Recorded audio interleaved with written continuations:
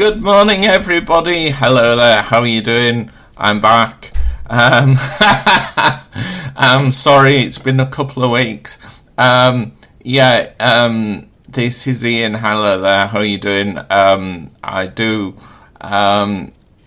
TikTok videos and a podcast every couple of weeks or every week or so. In relation to my book, Living with Mitochondria Against All Odds, and often in this I tell you what I've been up to or what I've got coming up in the next week or so, or if I haven't been doing anything, I talk about things that I'd achieved that were in my book. If you haven't already got the book, Living with Mitochondria Against All Odds, please look on Amazon. It is still available. I wish maybe put a link on the TikTok page. I'll ask my helper if we can do such thing. I went to Kielder last week. Kielder water. It's in the forest. It's an activity centre for disabled. It's and when you go there, you go on respite, which basically means you've got care on site. So if you say in your room and you say fall in the bathroom or need help in your room, you can press for a helper to come, and someone will come and help you do whatever you're having trouble with.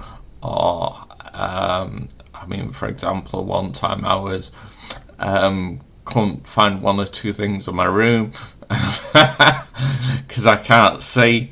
As you know, I can't see and I'm in a wheelchair, if you've seen or heard this before. It was mainly the activities. It was like a themed week. It was like water week. We went on a motorboat. We went sailing 2 days. All these sailing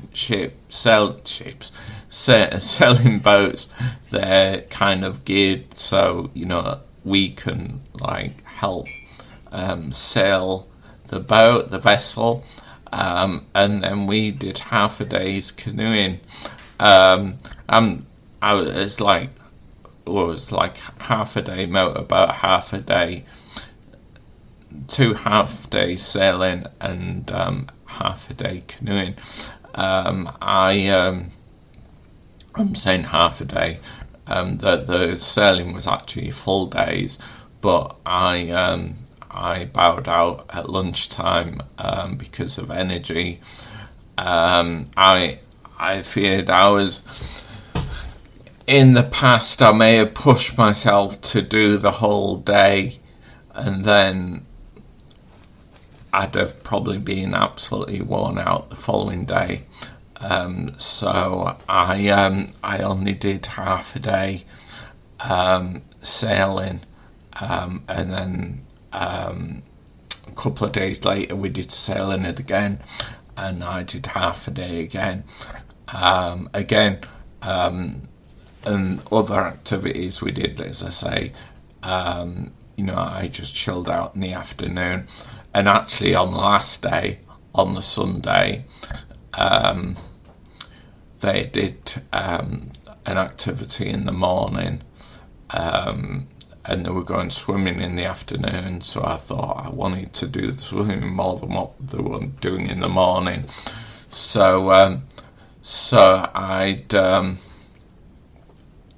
I chilled out in the morning, but after lunch I thought, well, when I go swimming here, I'm usually worn out for like 2 or 3 days after, so I'm tired enough as it is. So I bowed out of that as well. So I just chilled out for the rest of the day.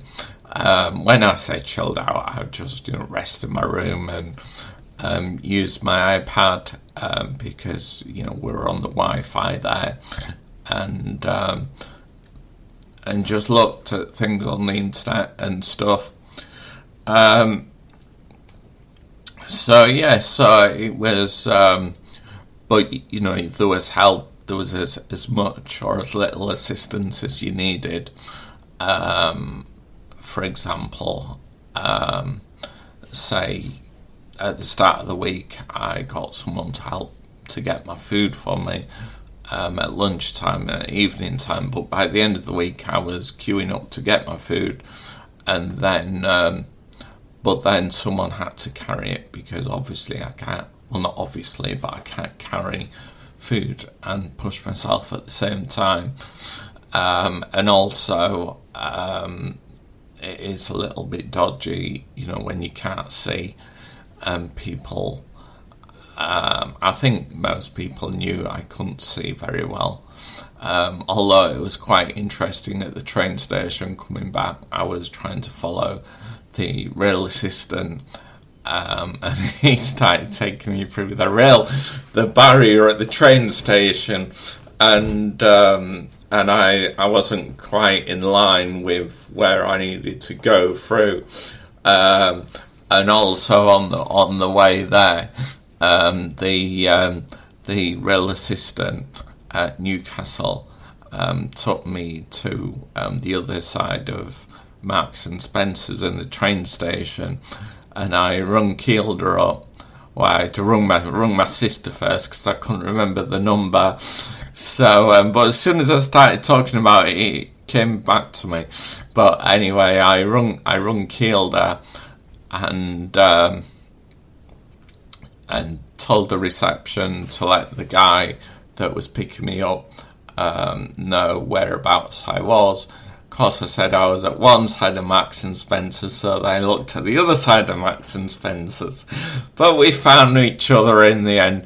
But I was only stood like a few metres away from where the bus was. But owing to my brilliant vision, or lack of brilliant vision, I couldn't see where the bus was. So, but as I say, we got there in the end.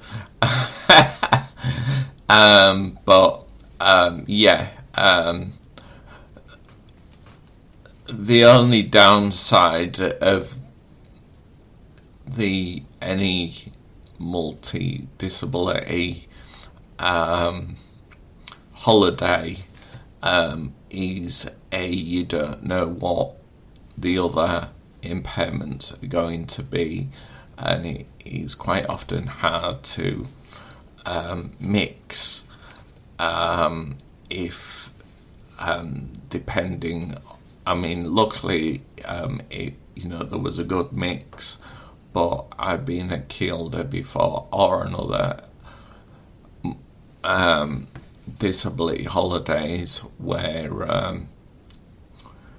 there's only been a few people, and the other people haven't been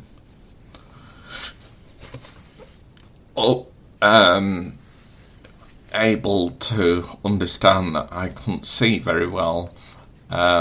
So there are ups and downs, but in general, it's great.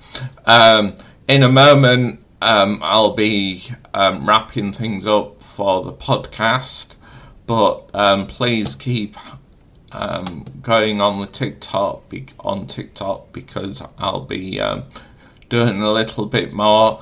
But please,